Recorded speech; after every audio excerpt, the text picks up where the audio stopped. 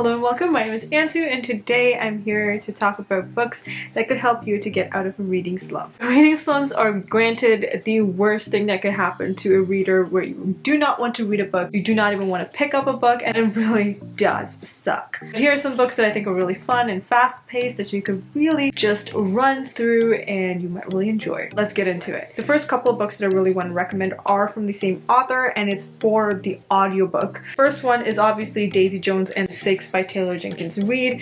I think the audiobook is really fantastic. The book itself, I enjoyed reading it. It's a different concept. It is filled with like interview sections and just talking about this character called Daisy Jones and the Six, which is like a musical band of different people. It really just feels like real people and you get immersed into the story. Especially in the audiobook, you have a wide variety of characters and voices that you hear, which I thought was really interesting. First time around that I read this, I had physically read the whole book, and then because a lot of people kept recommending the audiobook, I definitely did listen to quite a bit of it as well just to get a gist of it, I guess, and I really did enjoy it. I am planning to read the whole audiobook again pretty soon so that I can fully immerse myself and get the whole experience again. Going off of the same author, I also wanted to recommend Malibu Rising by Taylor Jenkins Reid, which I did end up reading this year, and I did enjoy it a lot more than Daisy Jones and the Six, and I honestly think it is because I listened to it on audiobook and I thought it was just, again, such an immersive book. It really just goes around to show these characters and what they're going through. In Malibu Rising, we follow around 4 siblings who are the children of a very famous singer called Reba. All these kids had very difficult lives growing up, and the oldest sister ends up being a model, which really helped out everyone else in the family. And everyone in the family are pretty much pro surfers, and that's how they are known at the present time. Basically, we're going around different timelines, and we're also in a specific 24-hour period where it ends up in a fire. One timeline showing up all of the details of these kids' lives and how they came about to be who they are at this present day.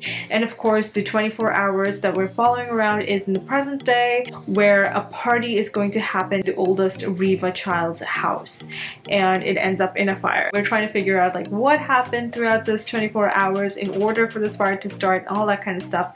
And it's really interesting. I thought it was such a fun book, and it really does immerse you into this world, and I really did enjoy it. Another audiobook that I really want to recommend is Sadie by Courtney Summers. I read this a couple of years ago, and it follows around this girl who's trying to avenge her sister's death, and we're going through a podcast news report sort of a style, and it is really interesting. We have this girl who's gone missing who's trying to avenge her sister's death, and on the flip side we have a serial-like podcast where this person is trying to follow the clues that this girl has left behind. Sadie, our main character, has never really had an easy life, but it got so much worse when Maddie, her younger sister, is found dead. After almost a botched investigation, she decides to take matters into her own hands and avenge her sister's death. Wes McCrae is a radio personality, and he has a segment about small forgotten American towns, and he overhears Sadie's really sad story in a local gas station, and he decides to look into it and figure out what happened to Sadie,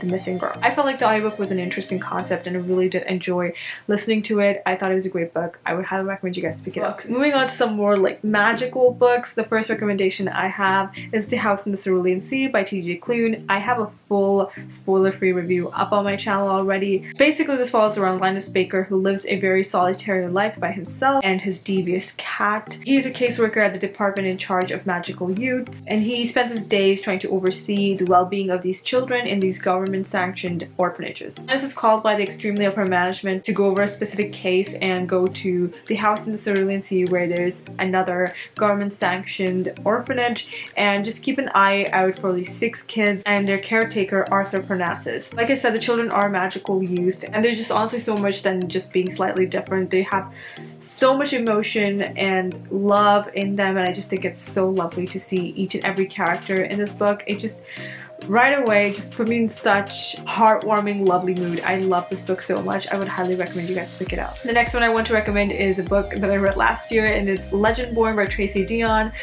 I got an arc of this book and I seriously flew through this. I really enjoyed it. This one follows around this girl named Bree Matthews who is dealing with her mother's death at a very young age of 16 or 17 years old, and she ends up going to a program which helps her get into university at that age, and she goes to this university. Bree ends up witnessing a magical attack basically with demons involved, and this person actually tries to erase her memory, but she actually ends up keeping a bit of it and she still remembers the flying demon. Later on she ends up joining the society because, well, she can see these demons and she obviously has not forgotten anything about it, and she joins the secret society called Legendborn. Bree quickly realizes that the same after effects of what happened to her with the memory wipe is something that happened with her mother as well, so she feels like there's something more to her mother's death than just, you know, a slight accident. So she's really trying to figure out what happened on that day and why her memory was wiped. She thinks that the Society of Legendborn has something to hide and she really wants to figure out what happened. The Legendborn reveal themselves as descendants of King Arthur's knights, and they explain that a magical war is coming, and there's just so many different concepts in this book.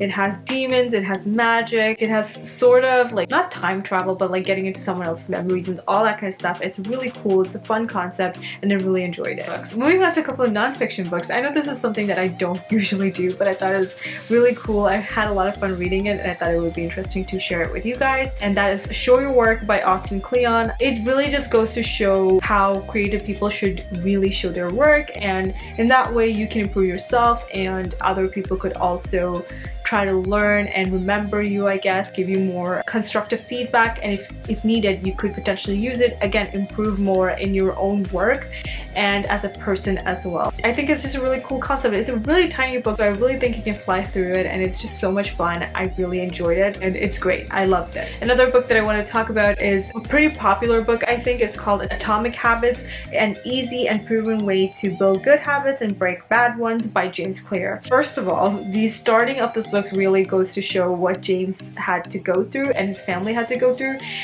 It broke my heart. It really shows you how changing habit does not have to be that difficult. Whether it is change into a good habit or remove a bad habit out of your life, it doesn't have to be that difficult. And if you really just follow some simple things that James kind of mentions in this book, I think it can really change how you create habits, delete habits out of your life, and it's just amazing to see that. It gives you more of a concept of how to make time for new habits, overcome a lack of motivation and willpower, and also design your environment to make success easier, and of course to make your life get back on course when you feel like nothing is going great. Definitely a lot of different concepts in this book that I think you can really apply to your life to make it better, and it's just really cool to see that. I definitely flew through this book. I really enjoyed it. I will highly recommend this to you. The next set of genre is thriller or mystery, and I really wanted to talk about this. This is something that I've been recently getting into and I think is really fun. I feel like the creepiest thriller that I read this year was The Arrangement by Kirsten Modglin, and oh my goodness, we have Ainsley who realizes that her marriage is really breaking apart, and she comes into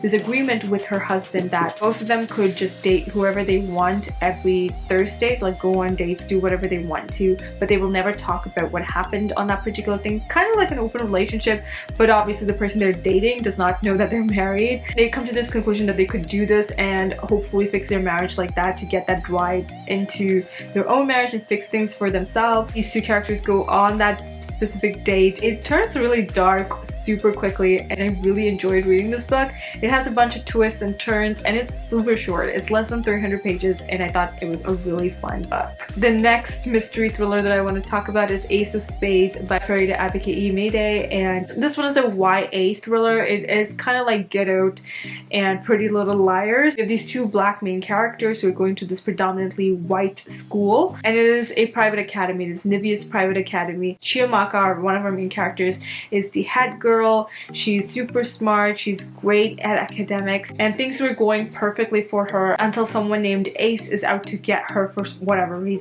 Ace is trying to bring out dark secrets of Chiamaka, trying to basically ruin her life. On the flip side, we have Devin, who's a very talented musician, and he has great hopes of being a well-known musician. He always just buries himself in rehearsals and stuff, but one day he can't escape the spotlight because some of his really private photos go public through Ace. Again, this Ace person is going after these two characters and we don't know why necessarily, and we're trying to figure out what is going on, and I thought it was just so creepy and interesting to see it. It really does give the vibes of Pretty Little Liars and Get Out, and I really did enjoy it. And the final book I wanted to recommend is more a fun romance contemporary book sort of, and it is My Contrary Mary by Brody Ashton, Jody Meadows, and Cynthia Hand. I personally love this book for getting out of reading slumps, honestly, because it has such a fun bunch of narrators. They're really talking about this really old story that really existed. In this case, we're talking about Mary's Queen of Scots, but we're following the story in a way that Mary didn't end up dying.